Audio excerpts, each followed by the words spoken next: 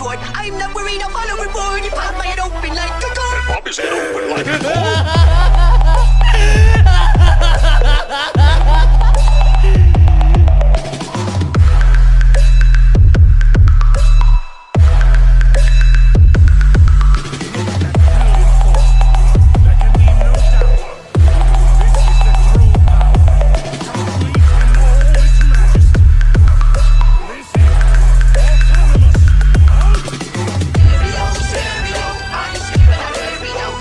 इस पॉइंट पर बीरस इस चीज़ को देखकर काफ़ी ज़्यादा शॉक हो जाता है, क्योंकि उसे यहाँ पर समझ नहीं आ रहा था कि सिचुएशन क्या है। यहाँ पर बीरस की दिमाग में आता है, क्या क्या ये सुपर सैयन गॉड है, पर ये तो हकाशिन पावर्स को यूज़ कर सकता है। और इसके पास यहाँ पर एक इयररिंग भी है, गोल्डन इयररिंग, और गोल्डन इयररिंग ये इंडिकेट करती है कि जो ये पहना हुआ है वो एक डिस्ट्रक्शन यूज़र है। इस पॉइंट पर वेजिटा एकदम से चिल्लाता है, तुम मेरे फादर से दूर हो जाओ, किटी कैट कही के। और इस पॉइंट पर उसने अपने हाथ में एक छोटा सा पर काफी ज़्यादा फोकस के साथ एक अटैक बनाया था। वो इस अटैक को सीधा बीरस की तरह शूट कर देता है। इस पॉइंट पर जो बीरस है वो इस अटैक को देख रहा था। जैसे ही वेजिटा इस अटैक को बीरस के ऊपर शूट करता है, बीरस एकदम से उस अटैक को होल्ड कर लेता है और उसे कंप्रेस करने लग जाता है। पर इस पॉइंट पर बीरस ये रियलाइज़ करता है कि वेजिटा के इस अटैक को कंप्रेस करने के लिए उसे अपनी बेस ट्रांसफॉर्मेशन की 95 को यूज़ करना पड़ जाता है। इस पॉइंट पर बीरस ये सोचने पर मजबूर हो जाता है कि आखिर यहाँ पर चल क्या रहा है, साइयन्स अपने अंदर क्या छुपा रहे हैं। इस पॉइंट पर वेजिटा किसी पागलों की तरह हंसने लग जाता है। वो कहता है, किटी कैट, तुमने सेंस के साथ पंगा लेकर काफ़ी बड़ी गलती कर दी है। तुम्हें सेंस के बारे में कुछ भी नहीं पता। अगर हम चाहे तो तुम्हें काफ़ी आसानी से डिस्ट्रॉय कर सकते हैं। इस पॉइंट पर जो बीरस है वो काफ़ी ज़्यादा फ्रस्ट्रेट होने लग जाता है, क्योंकि उसे पसंद ही नहीं कि कोई उसके सामने प्राइड की बातें करे। और यहाँ पर वेजिटा वही कर रहा है।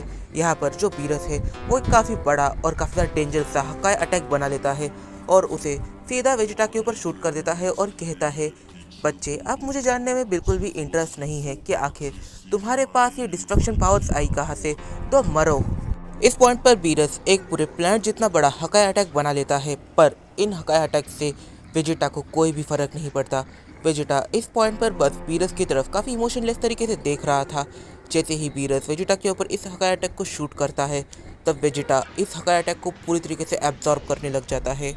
इस चीज़ से बीरस काफ़ी ज़्यादा शॉक होता है और इस पॉइंट पर जो बीरस है वो यहाँ पर ये सोचने लग जाता है कि जो एक सिंपल अल्ट्रा ईगो यूज़र है वो कभी ऐसी चीज़ नहीं कर सकता, क्योंकि वो कभी इतना आगे ही नहीं बढ़ पाता।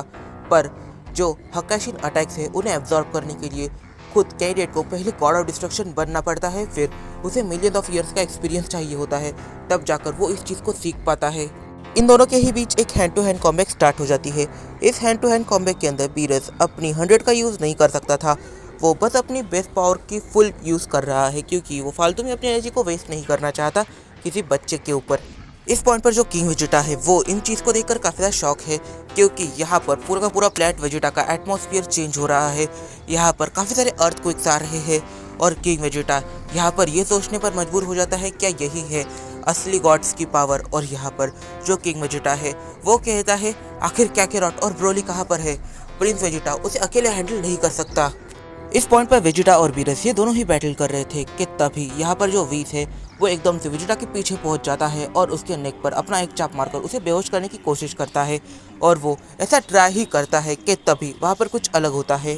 गोकू एकदम से अपनी एंट्री मारता है और वेजिटा को बचा लेता है। इस पॉइंट पर गोकू एक ऐसी चीज़ को यूज़ कर रहा है जो चीज़ MUI और UI या फिर TUI के भी बियॉन्ड है। इसका मतलब कि अपने टाइमलाइन में गोकू ने कुछ ऐसा अचीव करा होगा जो काफ़ी ज़्यादा पावरफुल हो। यहाँ पर जो गोकू है वो वीस के उस चाप पर अपना पैर रख लेता है और उसे एकदम से नीचे दबा देता है, जिससे कि वो अटैक वेजिटा के गर्दन पे ना लगकर उसके बैक को हल्का सा टच होकर नीचे चले जाता है। इस पॉइंट पर वीस काफ़ी ज़्यादा शॉक होता है, क्योंकि यहाँ पर वो एक ऐसे मॉडल को देख रहा है जिसके पास मास्टर्ड अल्ट्रा इंस्टेंट है या फिर उससे ऊपर की लेवल। और यहाँ पर जो बीरस है वो शॉक है, क्योंकि वो भी अल्ट्रा इंस्टेंट के इतने बड़ी लेवल को अचीव नहीं कर पाया है।